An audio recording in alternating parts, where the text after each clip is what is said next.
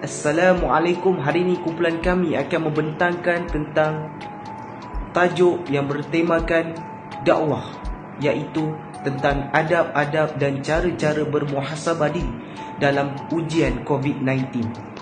Saya ingin memberi sedikit perkongsian tentang adab dengan guru ketika kelas online. Adab dulu, baru ilmu. Pertama, kita perlulah menggunakan nama sebenar dan juga gambar yang sebenar kerana ia memudahkan untuk guru mengenali kita.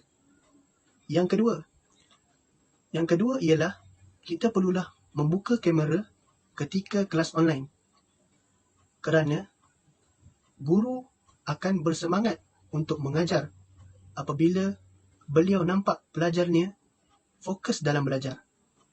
Yang ketiga ialah kita perlulah meminta izin dengan guru jika ingin pergi ke mana-mana. Dan dengan cara ini, kita boleh mengelakkan daripada kesalahfahaman guru terhadap anak muridnya. Yang keempat, kita perlulah mengucapkan terima kasih kepada guru sebagai tanda harga penghargaan daripada kita sebagai pelajar kepada guru. Hari ini saya akan membentangkan beberapa adab dalam bertanya soalan kepada guru atau pensyarah, lebih-lebih lagi dalam situasi COVID pada masa ini. Yang pertama adalah memberi salam sebelum bertanya. Yang kedua, meminta izin sebelum bertanya. Kenapa perlu meminta izin? Meminta izin adalah sebagai tanda menghormati privasi pensyarah atau guru tersebut. Yang ketiga, bertanya dengan ikhlas. Yang keempat, menggunakan bahasa yang sopan. Yang kelima, pertanyaan yang munasabah dan sesuai. Yang keenam, pernyataan yang tidak menyinggung. Dan akhir sekali, mengucapkan terima kasih selepas bertanya. Pada hari ini, saya ingin menceritakan mengenai 10 adab berjiran. Pertama sekali, kita haruslah sentiasa mewujudkan suasana yang mesra. Kedua, tidak menyakiti mereka melalui perbuatan, percakapan atau sekadar sangkaan buruk. Ketiga, sentiasa menentukan kata-kata yang baik. Keempat, sentiasa merendahkan diri antara satu sama yang lain. Kelima, berlembah lembut dengan antara sesama yang lain. Keenam, sentiasa bersedia memberikan bantuan dan pertolongan apabila kita diperlukan. Seterusnya, menziarahi mereka ketika mereka sedang sakit. 8. Elakkan sikap terlalu suka mengambil tahu hal peribadi jiran. Seterusnya, sentiasa berusaha mewujudkan suasana aman, damai, tenteram dan sejahtera. Dan akhir sekali, mengambil berat dan bersimpati terhadap masalah. Okey, hari ni Adriana nak share dengan korang 6 adab belajar secara online. So, jom kita tengok sebelah okey. Yang pertama, membuat persediaan. Yang kedua pula ialah doa menuntut ilmu. Bacalah doa sebelum dan selepas habis kelas. Yang ketiga pula ialah hadir dan join kelas yang telah ditetapkan. Yang keempat pula, fokus dan ambil nota apabila tengah kelas. Yang kelima ialah memberi respon apabila guru bertanyakan soalan kepada kita antara faham ataupun tidak. Dan yang terakhir sekali iaitu yang keenam, berterima kasih kepada guru-guru yang telah mengajar kita. Adab-adab terhadap ibu bapa. Yang pertama, sentiasa mentaati perintah mereka selagi mana tidak melanggar hukum-hukum syarak. Yang kedua, tidak melawan segala perintah mereka. Yang ketiga, tidak meninggikan suara ketika bercakap dengan mereka. Yang keempat, sentiasa menutup aurat ketika di hadapan mereka.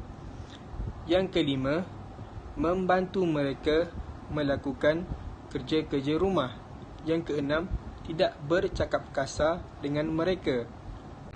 Apa yang kita boleh buat untuk kita bermuhasabah diri dalam menghadapi ujian ni? Yang pertama adalah kita boleh memperbanyakkan ibadah kita, iaitu kita boleh beribadah dari segi memperbanyakkan solat sunat, memperbanyakkan puasa sunat, baca Al-Quran, belajar tajwid dan juga menghafaz Al-Quran. Pada masa yang sama, kita jugalah perlu berusaha untuk meminta ampun kepada Allah atas dosa-dosa yang kita telah lakukan. Terima kasih. Jadi saya akan menerangkan secara ringkas adab-adab di media sosial. Yang pertama sekali ialah kita kena menyampaikan perkara yang baik. Perkara baik sebab apa? Sebab zaman sekarang, kita tahu memang ramai yang menggunakan media sosial. Jadi kalau kita menyampaikan perkara yang baik, insya-Allah ia akan memberi manfaat kepada orang lain dan juga kepada diri kita. Yang kedua ialah kita kena mengamalkan konsep tabayun. Apa itu konsep tabayun?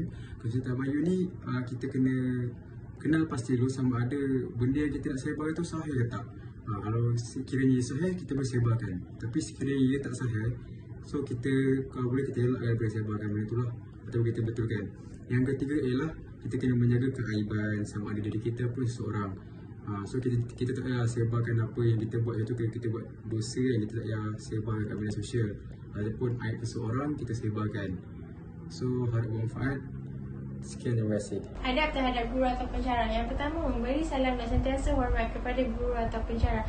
Yang kedua, memberi bantuan kepada guru apa yang dapat kita bantu. Yang ketiga, hindarkan daripada menyinggung perasaan mereka. Yang keempat, jika kita ingin bertanya, kita hendaklah meminta izin terlebih dahulu dan mencari masa yang sesuai untuk bertanya. Yang kelima, cakap dengan guru dengan baik, dengan menggunakan bahasa yang baik dan tidak meninggikan suara kepada mereka. Adab dengan kawan. Yang pertama ialah jangan sesekali menyakiti hati kawan, kerana perkara ini dapat memutuskan hubungan kita dengan kawan kita. Yang kedua ialah mendoakan kebaikan kepada kawan, kerana apa yang kita doakan kepada orang, maka kita akan dapat balik. Yang ketiga ialah memelihara dan menutup aib kawan, kerana jika kita tutup aib orang, maka Allah akan tutup aib kita di akhirat kelak. Yang terakhir ialah jujur dan ikhlas dalam persahabatan. Ini yang paling penting, kerana di sini kita akan mendapat kemanisan dalam persahabatan kita, insya-Allah.